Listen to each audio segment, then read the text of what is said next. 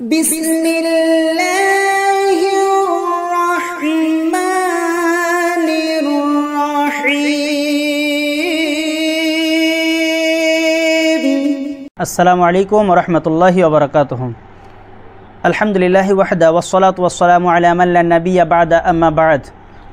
সমস্ত রকমের প্রশংসা আল্লাহ তাবারাক ওয়া তাআলার জন্য।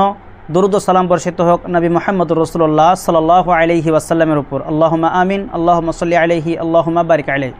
সম্মানিত প্রিয় দর্শক ভাই ও বোন, আজকে একটি প্রশ্ন আপনাদের সামনে উপস্থাপন করতে চলেছি। প্রশ্নটি হচ্ছে এই যে মৃত্যু ব্যক্তিকে দাফন করার পর কবরের উপরে পানি ছিটিয়ে দেওয়া হয়, এটা কি শরীয়ত সম্মত?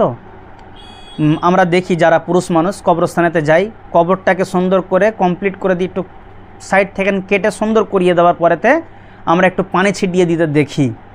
তো এই পানি ছিটিয়ে দেওয়াটা শরীয়ত সম্মত কি না?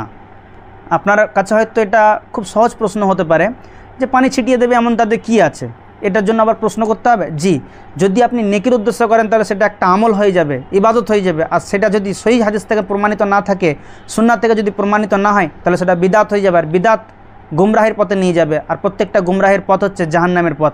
এই জন্য কোনো জিনিসকে হালকা নেবার চেষ্টা করবেন না, সবসময় কোরআন এবং সহিহ সুন্নাহর আলোকে নিজের জীবনকে গড়ার চেষ্টা করবেন। তো প্রশ্ন ছিল এটাই যে কবর কমপ্লিট হয়ে যাওয়ার পরেতে, দাফন করার পরেতে উপরে যে পানি ছিটিয়ে দেওয়া হয়, এটা শরীয়ত সম্মত কি সম্মত না, এটা জানতে চেয়েছেন কোনো এক ভাই।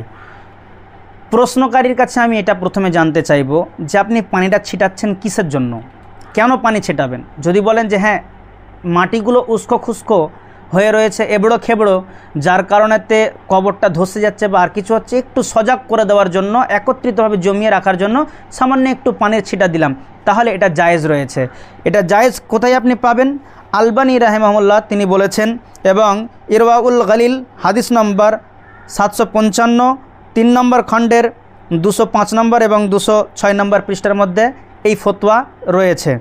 এখানে হাদিস দিয়ে হোক বা আসার দিয়ে হোক, এখানে ফতোয়া দেওয়া হয়েছে যে পানি ছিটিয়ে দেওয়া যাবে। তবে যদি এই উদ্দেশ্যে পানিটা ছেটানো হয় যে কবর ঠান্ডা হবে, অথবা সাধারণ পানি ছাড়াও যদি গোলাপ পানি বা আর কিছু পানি বা গোলাপ জল বা আর কিছু জল যদি ছিটানো হয়, তাহলে সেটা সম্পূর্ণ বরকত মনে করে ছিটানো হয়, অতএব সেটা বিদআত হয়ে যাবে। অথবা এমনি সাধারণ পানি যদি এই উদ্দেশ্যে ছিটানো হয় যে কবরটা ঠান্ডা থাকবে, তাহলে সেটাও বিদআতে পরিণত হয়ে যাবে, গোনা হবে। আর যদি বলেন না, কবরটাকে শুধুমাত্র একটু গুছিয়ে সাজিয়ে রাখার জন্য, যতটুকুন থাকে আর কি, এই উদ্দেশ্যে নেই, কোনো ব্যাপার না, এমনি শুধু মাটিটাকে নরম করার জন্য আমি পানিটা দিলাম, তাহলে এতে কোনো সমস্যা নেই। আল্লাহ আলম বিসওয়াব। আল্লাহ সুবহানাহু ওয়া তাআলার কাছে দোয়া করি যে আল্লাহ তাবারাক ওয়া তাআলা যাতে করে আমরা সহি জিনিসটাকে বুঝে তার উপর আমল করতে পারি, সে তৌফিক আমাদেরকে দান করো। আমিন। ওয়া আখিরু দাওয়ানা আলহামদুলিল্লাহি রাব্বিল আলামিন। আসসালামু আলাইকুম ওয়া রাহমাতুল্লাহি ওয়া বারাকাতুহু।